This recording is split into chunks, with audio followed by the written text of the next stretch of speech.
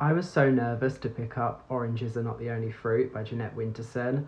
It did not disappoint. I am so obsessed with this book. Even from the first line, it had me. I mean, it helps that the first line is quite famous and iconic, but it managed to be memorable at every single part of the book. The way it's structured after like the first 7 books of the Old Testament, what a smart idea. I've seen other people be critical of how it's in this grey area where it's not quite a biography of Jeanette's own youth, but then she gives her own name to the main character, and there are, of course, parallels. I like that it is so difficult to define. That's better than plenty of other books we get nowadays. I feel like so often, new releases in particular, they're all trying to be one of like 5 different books. This felt like it was doing its own thing, and I just love that. I love books that have an immediate sense of personality.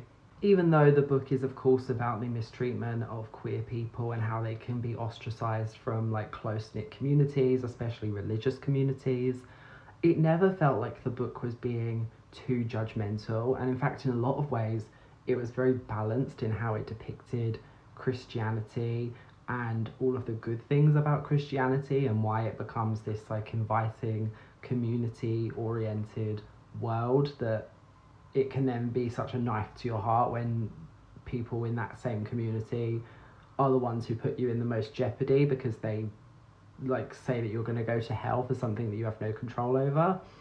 So I thought that was done so beautifully well. This is definitely one of those books that I will need to reread in a few years' time, because there were some passages, like the ones to do with all of the medieval princes and kings and the stories like that.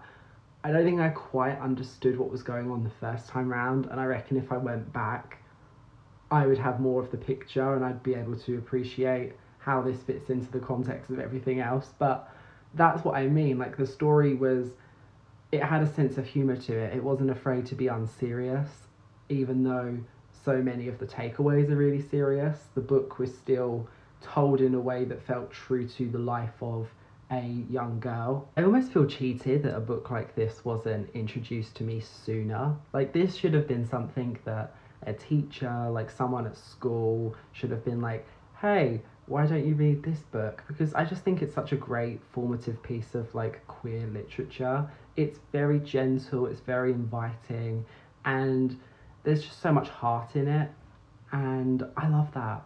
I love it so much. I saw older reviews of this book on the internet where people were complaining that it tries too hard to be different, and I was just thinking like, no, that's why it's special. You need to wait until we get to 2025 where book marketing is all down to tropes and it's like simplifying a book into several different hashtags.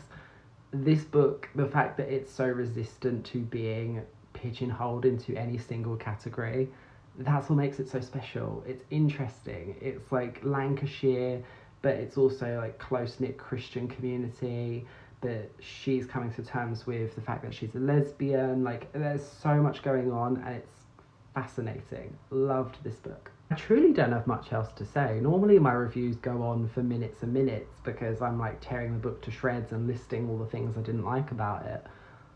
I had a great time with this. 5 stars.